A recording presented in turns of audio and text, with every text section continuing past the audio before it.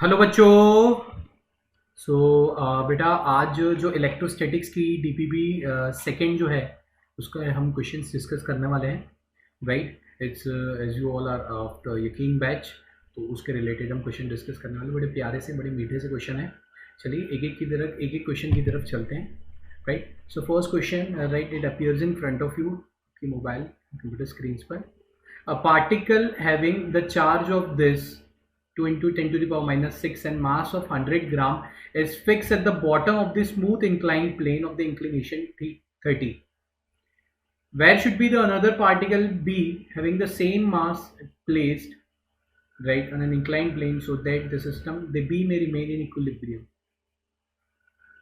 आइए देख लेते हैं एक बार क्वेश्चन कहना क्या चाहता है, वो इंपॉर्टेंट है। ये 30 डिग्री पे एक ऑलरेडी इंक्लाइन प्लेन है, बॉटम पे एक चार्ज पड़ा है। राइट, अब दूसरा चार्ज हमें बी पोजीशन कितने अंतर पे रखना पड़ेगा, एक्स, कितने अंतर पे हमें एक्स पे रखना पड़ेगा ताकि बी जो है वो इक्विलिब्रियम में रहे। तो सबसे पहले मैं ये कहना चाहता हूं कि ए के ऊपर देखो, ए का जो वेट है that is acting in downward direction, वो नीचे की तरफ लग रहा है, जिसके दो कंपोनेंट होंगे। एक तो ये हो जाएगा जो हो जाएगा आपका एम जी कॉस ऑफ 30, और एक ये हो जाएगा जो हो जाएगा आपका एम जी साइन ऑफ 30। अगर बी को इक्विलिब्रियम में रखना है तो इन दोनों के बीच में है कुछ जो फोर्स लगेगा, राइट, वो इस तरीके से बैलेंस होंगे। मान लीजिए ये पॉइंट ए है, ये पॉइंट बी है, राइट, दोनों चार्जेस के बीच में जो फोर्स लग रहा है, राइट, वो इस एम जी साइन 30 को बैलेंस करना चाहिए।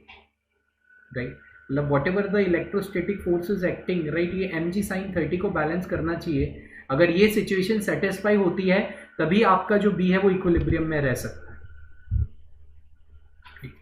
मतलब इलेक्ट्रोस्टेटिक फोर्स आपका क्या हो जाएगा, K Q one Q two whole divided by X square is equal to M G into sine of 30। के की वैल्यू हम रिप्लेस करते हैं 9 इंटू 10 टू द पावर 9, पहले का चार्ज कितना है 2 into 10 to the power minus 6। Right, okay, same charge है तो इसका स्क्वायर ही कर देते हैं। Right, whole divided by X square is equal to mass कितना दिया हुआ है 100 ग्राम, 0.1 इंटू 10/2। तो यहाँ से हमें रिजॉल्व करना है ताकि हमें x की वैल्यू मिल सके। राइट, तो यहाँ से जो x की वैल्यू आएगी वो करीबन 27 सेंटीमीटर आ जाएगी फ्रॉम बॉटम। क्वेश्चन में कैलकुलेशन इंपॉर्टेंट नहीं था, एक ही चीज इंपॉर्टेंट थी, क्या कि इसका जो वेट का एक कंपोनेंट है उसको इलेक्ट्रोस्टैटिक फोर्स बैलेंस करना चाहिए, तभी बी इक्विलिब्रियम में रहेगा। तो यहाँ पे डी हमारा परफेक्ट आंसर रहेगा फॉर दिस स्पेसिफिक क्वेश्चन। चलिए नेक्स्ट क्वेश्चन की तरफ चलते हैं। 4 positive charges √2 minus 1 into q are arranged at the 4 corners of the square। आइए भाई पहले इस स्टेटमेंट को देखते हैं, ये स्टेटमेंट कहना क्या चाहता है। एक स्क्वायर ले लेते हैं भाई, ले लिया एक स्क्वायर। राइट, 4 कॉर्नर पे सेम चार्जेस है। Right, 2√2 minus 1 into q, 2√2 minus 1 into q, right, same charges है 2√2 minus 1 into q, right, and 2√2 minus 1 into q, चारों पे सेम चार्जेस है। अब हमें क्वेश्चन में ये दे दिया है कि स्मॉल q चार्ज को सेंटर पे रखा जा रहा है, बढ़िया है, रख दीजिए। Resulting force acting on each corner of the charge 0, हर एक कॉर्नर पे रिजल्टेंट फोर्स 0 आ रहा है। ये कब पॉसिबिलिटी होगी, अगर ये हो रहा है तो चार्ज q की वैल्यू क्या होगी। राइट, पहले तो ये पॉसिबिलिटी कब होगी, अगर हो रहा है तो चार्ज q की वैल्यू क्या होगी। मान लीजिए इस पॉइंट पे लगने वाला रिजल्टेंट फोर्स 0 है, ये पहला दे दिया, ये दूसरा दे दिया, ये तीसरा दे दिया, ये चौथा दे दिया नंबर, और बीच में हमने पांचवा दे दिया।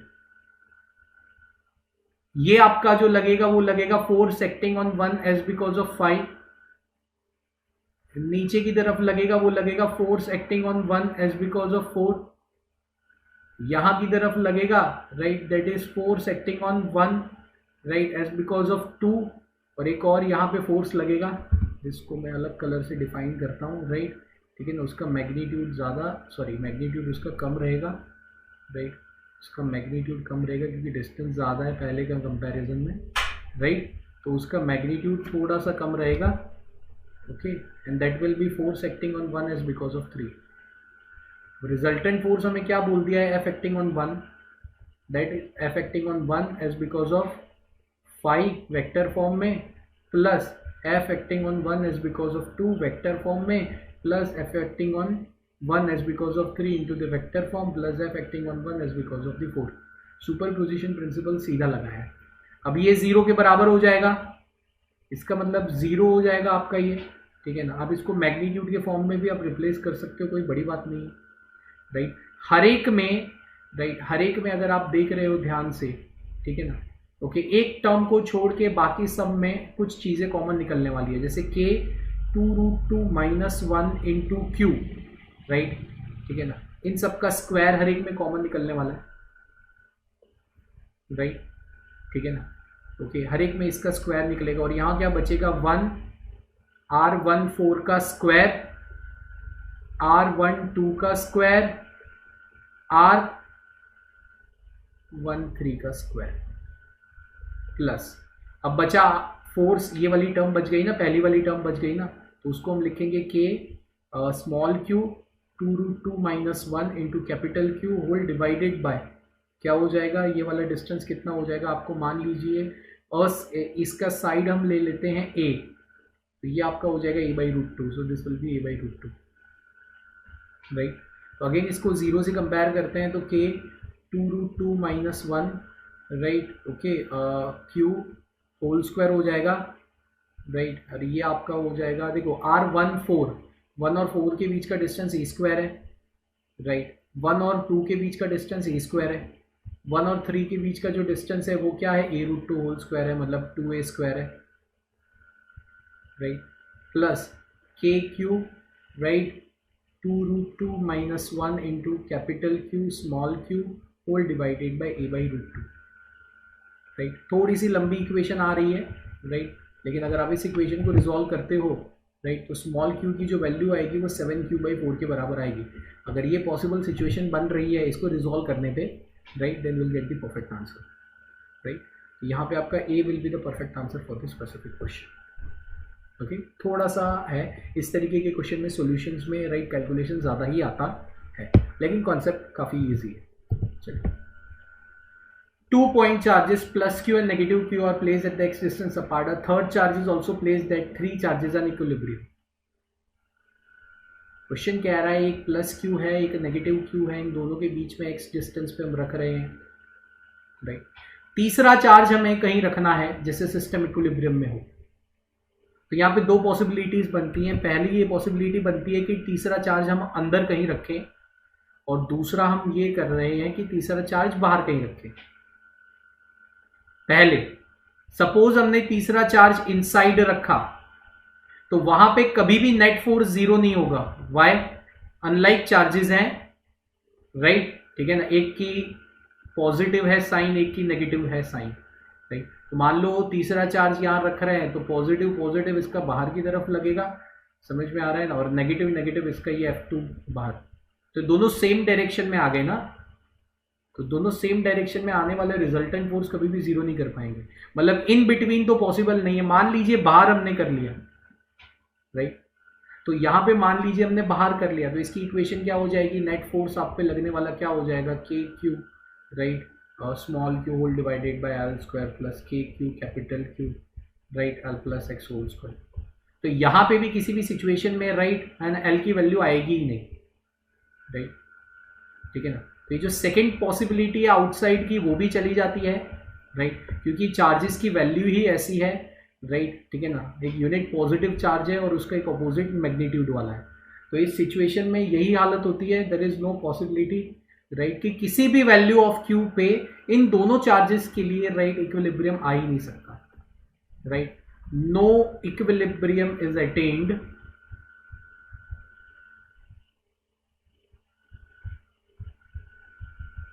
right for this charges, for this configuration. So D will be the perfect answer for this specific question. Fourth, the metal knob, fourth question को देखते हैं. The metal knob of a gold leaf electroscope is touched with the positively charged rod. When it is taken away from the leaf, stays separated. Now the metal knob is touched by negatively charged rod.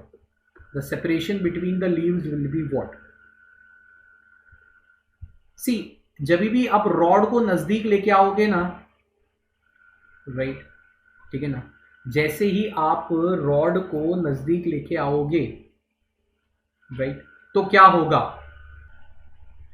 तो as usual कि अगर gold leaf electroscope है, right, वहां पे अगर rod को नजदीक लेके जा रहे हैं तो ऑब्वियसली क्या होगा, जो लीव्स होंगी ना, राइट, ओके, कि लीव्स होगी ना वो पॉजिटिवली चार्ज गेन करेगी, राइट, लीव्स होगी वो पॉजिटिव चार्ज गेन करेगी कब तक, राइट, जब तक रॉड उनके नजदीक रहती है, राइट, लीव्स क्या करेगी, अपने सारे इलेक्ट्रॉन को डोनेट कर देगी, राइट, ओके, और एक पॉजिटिवली चार्ज गेन करेगी। इसी तरीके से इसका अगर पॉजिटिव चार्ज है तो जब तक रॉड की प्रेजेंस है तब तक दो पॉजिटिवली चार्ज लीव्स होगी, राइट, उनके बीच में जो सेपरेशन होगा वो इंक्रीज होगा, राइट, उसके बाद धीरे धीरे धीरे धीरे धीरे धीरे धीरे क्या हो जाएगा, रॉड के हटने के बाद इट डिक्रीजेस, ओके। तो यहाँ पे क्या हो जाएगा, fourth will be the perfect answer. बहुत ही कॉन्सेप्चुअल और बेसिक सा क्वेश्चन, राइट। चलिए नेक्स्ट क्वेश्चन की तरफ चलते हैं।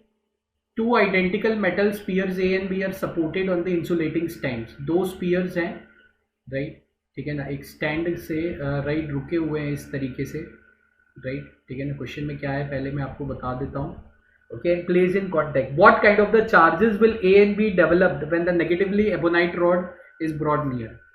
अब whenever the ebonite rod is brought nearer to this two spheres, तो क्या हो जाएगा, बहुत सिंपल सी चीज है, both A and B will act like a single body.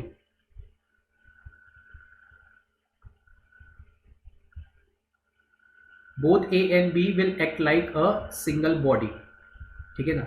और इसमें induction, charging by induction, right, इस कॉन्सेप्ट की मदद से ए जो हो जाएगा वो आपका पॉजिटिवली चार्ज हो जाएगा, बी जो हो जाएगा वो नेगेटिवली चार्ज हो जाएगा, इसलिए A will be the perfect answer for the specific question. Next question की तरफ चलते हैं। The force of the repulsion between the two electrons at the certain distance is F, right.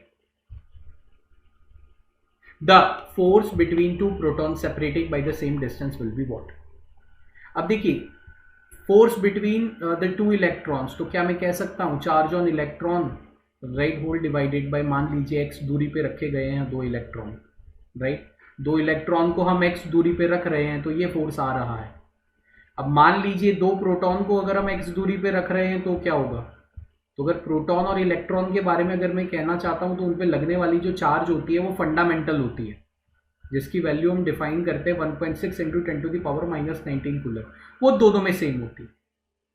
और ऑब्वियसली वो दोनों सेम दूरी पे है तो सिंपल सी चीज है, एफ टेस्ट की वैल्यू एफ के बराबर ही होगी, दोनों पे लगने वाला फोर्स सेम ही होगा, right. So second is the perfect answer for this specific question. चलिए नेक्स्ट क्वेश्चन की तरफ चलते हैं। Force between two small charged spheres having this and this charge values separated by 20 centimeter apart. सीधा Coulomb's law of attraction को हमें use करना है, सॉरी कूलम्स लॉ, राइट, ठीक है ना, उसको हमें यूज करना है, ठीक है ना। दोनों रिपल्जन होगा, अट्रैक्शन नहीं होगा। Q1 Q2 whole divided by R² सीधी फॉर्मूला है, 9 इंटू 10⁻9, पहला चार्ज है 1 इंटू 10⁻⁻7, दूसरा 2 इंटू 10⁻⁻7, डिफरेंस आ जाएगा 400 इंटू 10⁻⁻4। तो यहाँ पे फोर्स की वैल्यू आएगी 4.3 into 4.5 into 10⁻³ newton. So B is the perfect answer for this specific question. आइए देखते हैं, प्यारा सा क्वेश्चन है। Two charges Q minus 3Q are placed on the X axis separated by the distance e, where should the third charge be placed such that it will not experience any force? तो यहाँ पे simple सी चीज है, एक charge Q को रखा है, एक चार्ज -3Q को रखा है, they are separated by the distance d। अब दोनों की पोलैरिटीज अगर आप देखते हो तो दोनों अलग अलग हैं, तो यहाँ पे सिंपल सी चीज है कि ऐसी कोई बीच में पोजीशन नहीं आएगी जहाँ पे थर्ड चार्ज को रखने से 0 होगा, तो हमें बाहर कहीं रखना पड़ेगा 2Q, राइट, वो हम रख रहे हैं L दूरी। यहाँ पे लगने वाला net force, it will not experience any force, it means K2Q into Q whole divided by L² and that is K3Q into 2Q whole divided by क्या हो जाएगा L+D होल स्क्वायर। तो K तो कटा, 2Q कटा, Q भी कटा, तो 1/L² is equal to 3 whole divided by L+D whole square. तो ये हो जाएगा L² plus 2DL, right, plus D² is equal to 3L²। तो क्वाड्रेटिक इक्वेशन बन रही है 2L² minus 2DL, right, okay, 2L² minus 2DL plus D² is equal to 0। ये quadratic equation बन रही है, राइट।